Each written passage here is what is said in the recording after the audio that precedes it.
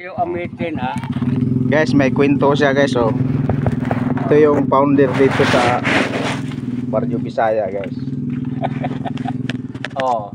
Sa Porfirio amitin, ang balak niya, Kung sa man kwentuhan eh. mga sawa siya biyuda nga dato. Oh. Balak niya. Ang isa hold upper. Ay. O hold upper, mamamatay tao sa panahon politika noong panahon. Kuan ko, 2 ka kilo yan susi. Akyat bangko pa. So, Grabe. susi. Kadaghan susi. Kanis peryo o sisimo. Naku. Amitin niya. Unya kining usa may butan gid esaw. Kato si Pero na-pamember siya sa masama.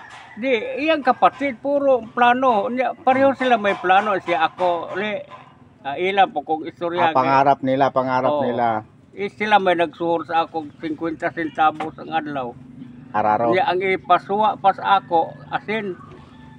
Kay ako po kay kinilaging tao po nga wa po kuwang na lagi kabuot. Hindi.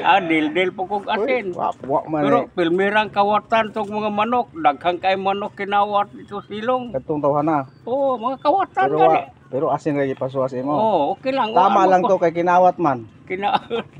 Unya, kini si Porfirio amitin. Nakaasawa na diya sa amo nya minyo nako ingong kan Porfirio mga asawa ka og biyuda nga dato. Di ito na. Kini si Cesar Kini mga amitin. tawhan ang imong ipanghinganlan puro na napatay na.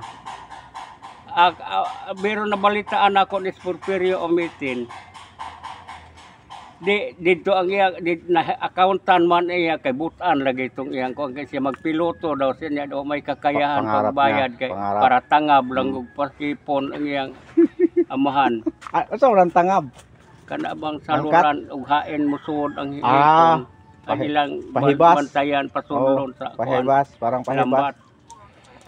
Oh, karon nahitabo nga ingon ana. Karon kay sa Mindanao may naaksidente man nga bugtong anak nakabana og kining foreigner. Dili dato po siyempre og pobre sila dato sila nakabana pog dato kay kana ko nung mayamana pero nabiyuda kay naaksidente ang bana may anak nga usa. Karon usa ka adlaw lakaton kuno nang asindaha dili kaya ug lakat lang. Ibig sabihin malaki. Asinda isang iridero lang. Isa lang Karon katong bata nga nagtubo nga iyang humablos ingnon ta. Pero may mga anak siyang gibiyaan nas mas bata katong nato ako gisumbat mga ingo ka mga tao siya darating ang panahon. Nabalitaan niya nga may biyudang dato. Tapos malaki ang lupa. Di kayan lakaton gani og lakaw lang palibot. Grabe no. Di kaya ang lakaton sa ano. Yun ang tinarget niya. Oo, saray anak. Karong pagdagas anak gi-rape man niya. Oy. Dito po siya natapos. Ayun lang. Doon tayo nagkatapos guys. Na-rape siya. Nanay at saka anak.